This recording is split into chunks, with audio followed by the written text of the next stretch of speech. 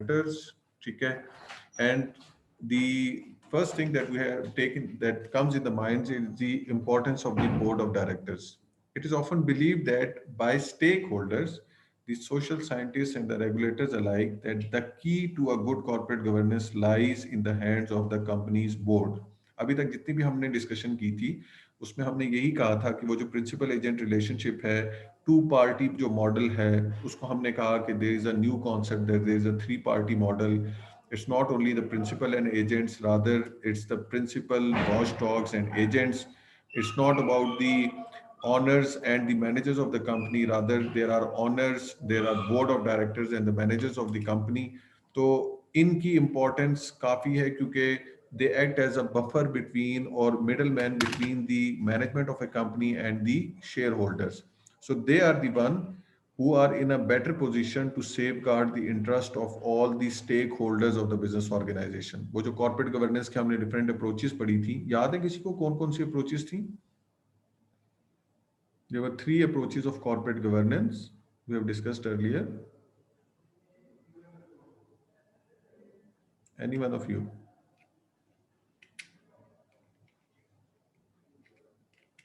Sir एक में आप सिर्फ शेयर होल्डर्स के बेनिफिट के लिए काम करते हैं. Very good. एक अप्रोच में आप स्टेक होल्डर्स के लिए और तीसरे में आप दोनों को न्यूट्रलाइज करने की कोशिश करते हैं, मतलब shareholder plus all remaining stakeholders. नाम इनके स्पेसिफिक याद नहीं है जी. The first one was shareholders approach. ठीक है, very rightly said. The shareholders approach was focused on the taking the benefit or preserving the benefits of the shareholders only without considering other stakeholders of the company. The second approach was the stakeholders approach. According to stakeholder approach, the board of directors should safeguard the interest of all the stakeholders of the business organization. And then there was third approach, which was enlightened shareholders approach, in which it was specified that we should safeguard the interest of the shareholders, but not at the expense of other stakeholders. दूसरों के interest को damage किए बगैर shareholders के interest को हमने क्या करना है, protect करना है या safeguard करना है. So by and large, the focus of the discussion was that board of the directors basically is the focal point through which the rights or you can say the interest of the different stakeholders are being protected.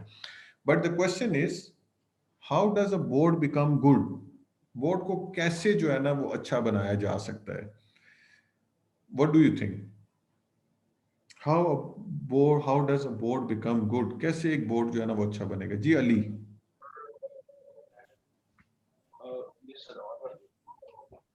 Ali Ijaz, you want to say something? Yes sir, आपको आवाज आ रही है? जी जी बिल्कुल आ रही है, please. Yes sir.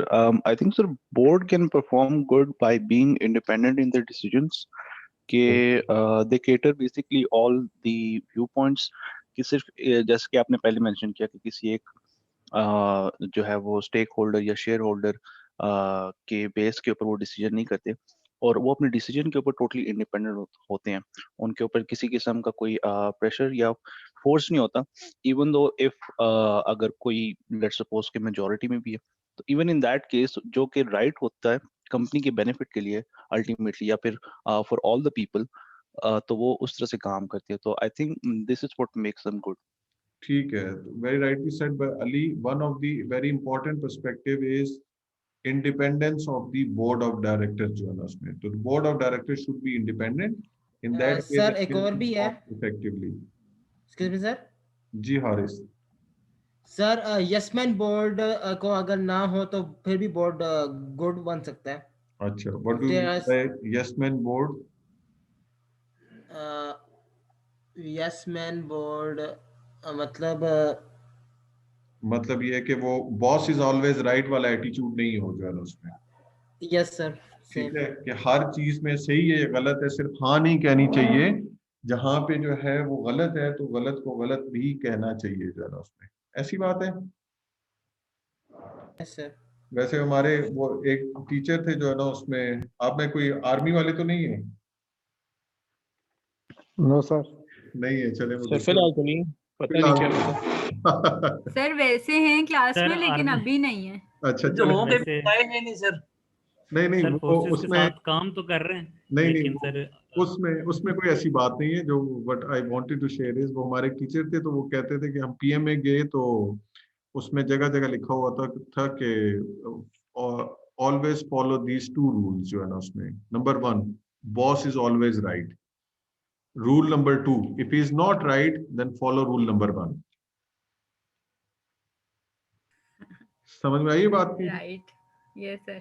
yes sir In whatever the situation is, boss is always right, because depending on the nature of the organization। देखें, अब war conditions के अंदर आप हैं, आप जो है ना वो एनिमी के साथ फाइट कर रहे हैं, तो वहां पे अगर क्वेश्चन करना शुरू कर देंगे तो उस तरह से जो है ना सिस्टम तो नहीं चल सकता।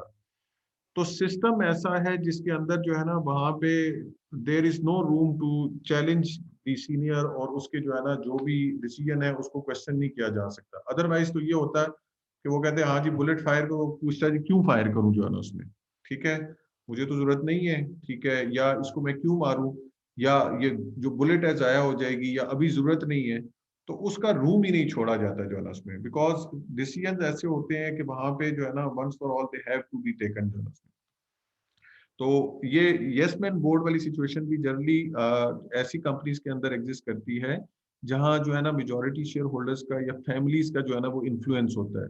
तो अब उस सिचुएशन में क्योंकि जितने भी बोर्ड ऑफ डायरेक्टर्स होते हैं उनके अपने ही अपॉइंटेड होते हैं, तो उनके अपने अपॉइंटेड बोर्ड ऑफ डायरेक्टर्स होने की वजह से जो भी डिसीजंस होते हैं वो सिंपली उन डिसीजंस को जो है ना वो सिर्फ एक्सेप्ट कर रहे होते हैं, उसकी जो है ना वो फेवर में जो है ना वो बात कर रहे होते हैं जो उसमें। तो जो मतलब कंसर्न है वो ये है कि दे शुड बी अनबायस्ड, ठीक है, सिर्फ बायसनेस के थ्रू जो है ना वो नहीं करना चाहिए, कुछ ना कुछ जो है ना वो इंडिपेंडेंट डिसीजन भी करना चाहिए जो है उसमें। तो जो डिसीजंस हैं उनको चैलेंज करने की भी जो है ना उनके अंदर जो है ना वो एक्सपर्टीज भी होनी चाहिए और विल पावर भी होनी चाहिए। Very right. What else can make a board good?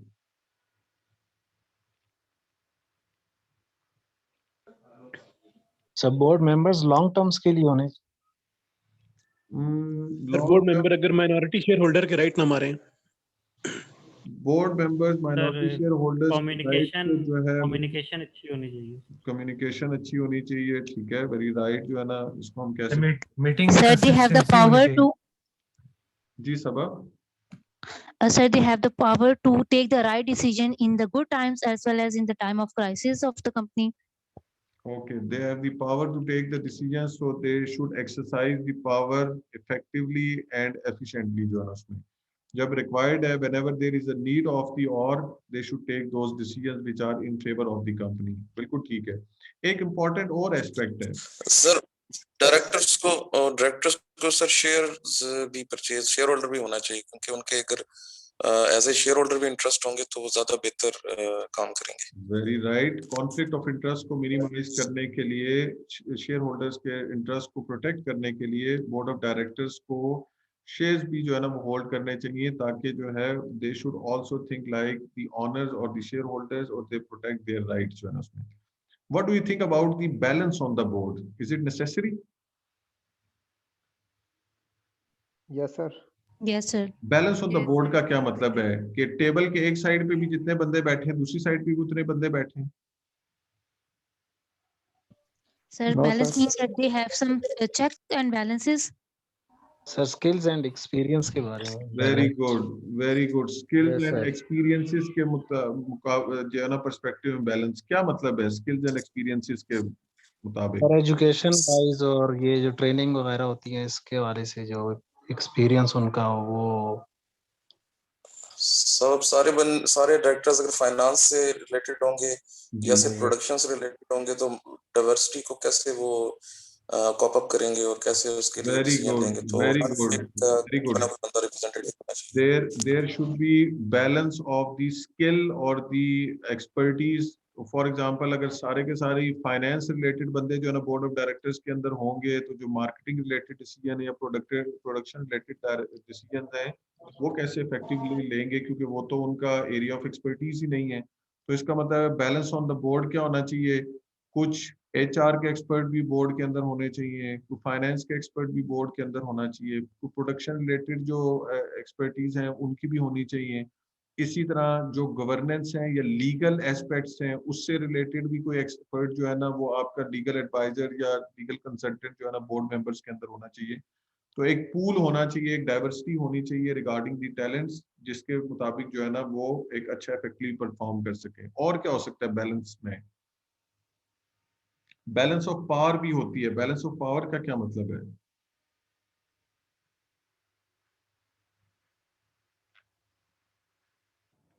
इख्तियारात का सही इस्तेमाल। इक्वल सर जो डिस्ट्रीब्यूशन ऑफ पावर। डिसीजन लेने की कैपेबिलिटी होती है, जो डायरेक्टर का स्पेसिफिक एक अगर जिसके पास पावर ज्यादा, तो वो अपने मन माही डिसीजन लेगा, अपने मन चाहे जो डिसीजन है उसके। बिल्कुल। और अगर सबके पावर सेम है तो वो सर सारों उसको क्रिटिसाइज भी कर सकते हैं और उसके मुताबिक उसे प्रोपोर्शनेट डिसीजन लेंगे। ठीक है। अब जनरली जो नॉन एग्जीक्यूटिव डायरेक्टर्स होते हैं, they are considered that they have more power as compare to the executive directors. Reason being वो इंडिपेंडेंट डिसीजंस कर सकते हैं। तो सारे अगर जो है ना वो इंडिपेंडेंट नॉन एग्जीक्यूटिव डायरेक्टर्स रख लेंगे तो प्रॉब्लम ये है कि उनका कंपनी के साथ स्टेक ही कोई नहीं है। लेकिन सारे के सारे अगर एग्जीक्यूटिव रख लेंगे तो वो पेरोल पे हैं कंपनी के, तो हो सकता है जो है ना वो इफेक्टिवली जो है ना वो डिसीजन ना कर सकें। थोड़ा सा आपको बैलेंस आउट करना है कि पावर इस तरह से हो कि कुछ आपके एग्जीक्यूटिव डायरेक्टर हैं, कुछ नॉन एग्जीक्यूटिव डायरेक्टर हैं, कुछ इंडिपेंडेंट व्यू दे सकें, कुछ expert opinion regarding company operations दे सकें, उसको जो है ना आप मैनेज कर सकें। बैलेंस रिगार्डिंग ये काइंडली एग्जीक्यूटिव और नॉन एग्जीक्यूटिव थोड़ा सा दोबारा रिवाइज कर दें, ये भूला हुआ थोड़ा सा। एक एग्जीक्यूटिव डायरेक्टर्स मेन फर्क क्या होता है? जी इनिशियल जो है ना जो हमारा जो फर्स्ट लेक्चर था उसके अंदर हम लोगों ने डिस्कस किया था, executive directors are basically the directors who are managing the routine affairs of the business organization. These are the people who are generally a part of the management of the company. They are the people who are getting salaries from the company. They are on the payroll of the company. जैसे पहले भी हम example ले चुके हैं कि for example आपके जो डायरेक्टर जो है मार्केटिंग है, director marketing can be a board member. तो एक साइड पे वो मार्केटिंग आपका मैनेजर भी हैं, डायरेक्टर मार्केटिंग भी हैं, दूसरी साइड के ऊपर वो बोर्ड के मेंबर भी हैं। तो ऐसे डायरेक्टर को क्या बोला जाएगा? Executive director. इसी तरह से कंपनी के अगर डायरेक्टर फाइनेंस है और डायरेक्टर फाइनेंस बोर्ड मेंबर भी हैं तो he would be called as executive director, कि वो कंपनी के मैनेजेरियल अफेयर्स भी जो है ना लुक आफ्टर कर रहे हैं और कंपनी की बोर्ड मेंबर्स के अंदर भी शामिल है।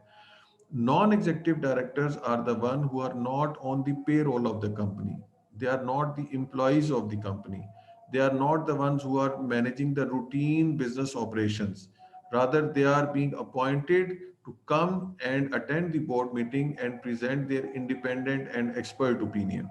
तो उसमें अगर किसी और कंपनी के जो है ना किसी डायरेक्टर को आप अपने बोर्ड ऑफ डायरेक्टर्स में रख लेते हैं सिर्फ इस वजह से कि वो आके इंडिपेंडेंट ओपिनियन दें, एक अनबायस या एक्सपर्ट ओपिनियन दें, तो ऐसी सिचुएशन के अंदर उस डायरेक्टर को बेसिकली क्या कहेंगे?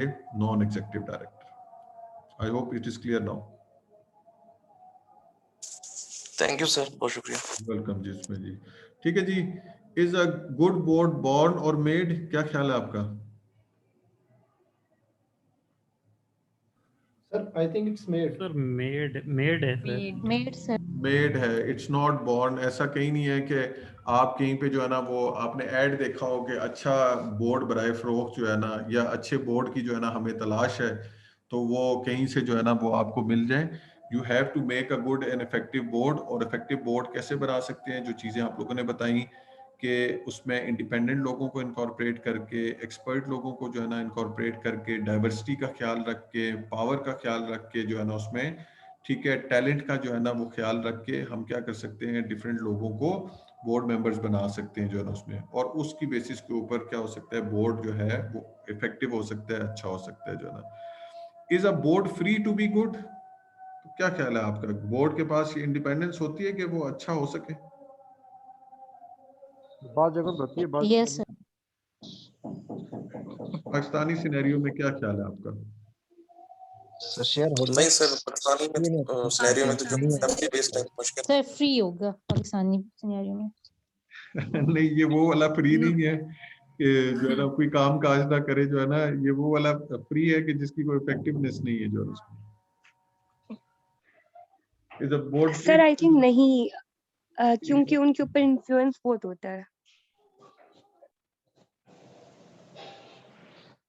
सर ये तो रिप्रेजेंटेटिव होते हैं ना बोर्ड्स, तो ये ठीक है। In most of the cases they are not free to become good जो है ना उसमें, ठीक है, बिल्कुल इसी तरह से जैसे जो ऑडिटर्स है ना, तो auditors are suppose to present their independent opinion, but most of the time their information is basically based on the information that is provided by the clients. और एक सिचुएशन है कि अगर आप एडवर्स रिपोर्ट किसी की लिखेंगे तो व्हाई दे वुड मेक और reappoint you as auditor of the company, तो ये भी एक बड़ा इशू है। तो इसी तरीके से अगर बोर्ड मेंबर्स बिल्कुल अनबाइस्ड होंगे, बोर्ड मेंबर्स अपना ट्रू एंड फेयर जो है ना वो ओपिनियन देंगे, तो most of the people basically don't like such kind of the attitude जो है ना उसमें, डिस्पाइट ऑफ द फैक्ट कि बुक्स में तो लिखा होता है but reality is something different जो है ना। और सेठ होन जो कंपनीज हैं, तो सेठ साहब का तो जो है ना वो सवाल ही नहीं पैदा हो सकता जो है ना कि कोई जो है ना वो डायरेक्टर जो है उनके ओपिनियन को चैलेंज करे या क्वेश्चन कर सके जो है ना उसमें। तो फ्रीडम नहीं होती, but yes some of them, ठीक है, despite of such kind of the restrictions, ठीक है, गिव देयर ओपिनियन फ्रीली, वो अपनी इंडिपेंडेंट जो है ना वो एक्सरसाइज करते हैं। But it is not like that it is a situation or which facilitates them to be free. Sometimes there are hurdles to be free, अपना free या true independent opinion देना भी उनके लिए भी जो है ना वो problem sum होता है जो है ना उसमें। Okay ji, moving forward, the board's role as we have earlier discussed कि जो है ना जो अब हमने difference discuss किया था corporate governance का और management का, तो we have already discussed all these things. The board provides the entrepreneurial leadership, it provides the leadership to the management of the company. The board sets the strategic objective of the company, and those objectives are basically followed and implemented by the management. The board basically arranges the resources that are required to achieve those objectives. For example, one of the objective of the board is to make that company, ठीक है, to expand the business operations, ठीक है, let's suppose on the international level. Now, how the company would be able to expand its operations? There are different finances that are being required. So from where those financing would be raised for the company, either it would be raised through equity financing, means by issuing these shares, or it would be raised through debt financing, that is by taking the loan from the financial institutions or by offering the debt securities, which are bonds or debentures. तो पहले तो objective set करने हैं, फिर objectives को achieve करने के लिए जो फाइनेंशियल रिसोर्सेज रिक्वायर्ड हैं, बोर्ड का काम है उसको अरेंज करना। Then they review the management performance, how the management is performing, that is also reviewed by the board of directors. They set the company's values and standards, and they act as a bridge between the stakeholders and the management of the company. These all things have already been discussed, so I'm just going through them. अगर किसी ने कोई question करना है, कोई चीज पूछनी है, तो feel free to ask.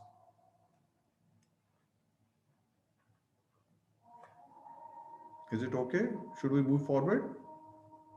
Yes, sure, sir. Yes, sir. Okay, Ji, thank you. Okay, Ji. Now there are different types of the boards. Sir management का स्कोप भी या सीईओ का स्कोप भी डायरेक्टर डिफाइन करते हैं या सीईओ इंडिपेंडेंट होता है? जी, सीईओ इज बेसिकली, ठीक है, you can say the person that is under the board of directors, तो बेसिकली उसका स्कोप भी जो है वो बोर्ड ऑफ डायरेक्टर्स ही जो है ना डिफाइन करते हैं। बट ये जो revise code of corporate governance था 2012, उससे पहले एक कॉन्सेप्ट बड़ा जो है ना वो कॉमन था, that is of CEO duality.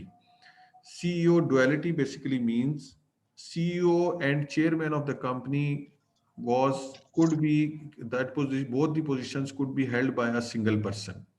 तो ये CEO duality का जो है ना वो कॉन्सेप्ट था। अब उसमें ये है कि CEO is the person who is heading the management of the company, but it is under the board of directors. But chairman is the person who is heading the board of directors. So if CEO and chairman is the same person, तो on one side board of directors are basically, तो एक चीज कहते हैं ना कि CEO of the company change हुआ तो हायरार्की चेंज हो गई।